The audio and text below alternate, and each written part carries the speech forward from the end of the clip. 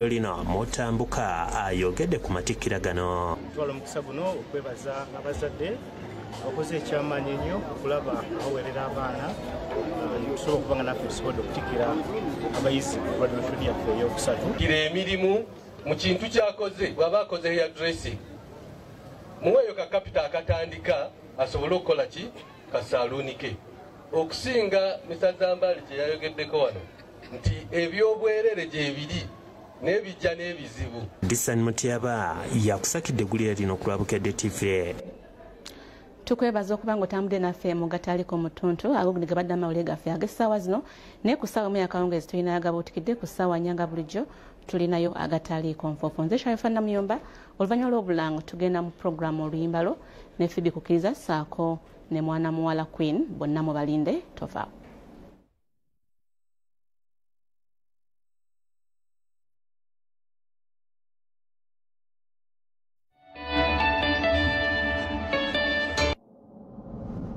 Osoma ku Bukedde TV. Donna yatandika atya Sparkles Salon. Na savinga ng'omuntu yenna alina ekirooto saluni n'engifuula industry ate n'enfaayo nnyo era n'engiddukanyanga bizinensi endala zonna bwe ziddukanyizibwa. Donna asobola okwongera omutindo ku bakyala banne kuba alina kyagaba. Kyala ayagala okula tewekkiriranya.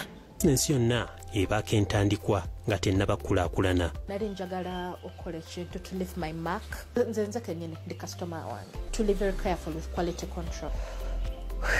You can burn a candle. Bizinensi y'amayanja ogiraba nga evudde mu ka bizinensi n'efuukira ddala bizinensi nnene. Tuleetedde abakyala abalina ekyenjawulo kye bakoze mu bulamu bwabwe ofune ebintu eby'enjawulo by'osobola okubakoppako. Bawagiddwa GROW projekiti ya gavumenti ya Uganda eddukanyizibwa PSFU ne Minisitule ya Gender ng'evujjirwa World Bank.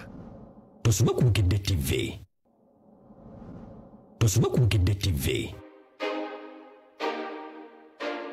Ebyokunywa kikulu nnyo beverages okumanya enteekateeka yaabyo bitya bw'oyinza obikola mu bibala ebyenjawulo. Tugenda kukola ebyokunywa bibiri mu kadde kano katunyonako olwaleero. Wabula ng'ebyokunywa bino sigenda kukola gwandiise juice owa bulijjo. Ngenda kukola ebyokunywa ebya milkshake. Milkshake bye byokunywa ng'ebibala obikubisa mata. Tosoma ku Bukedde TV. Leero nga luwagiddwa.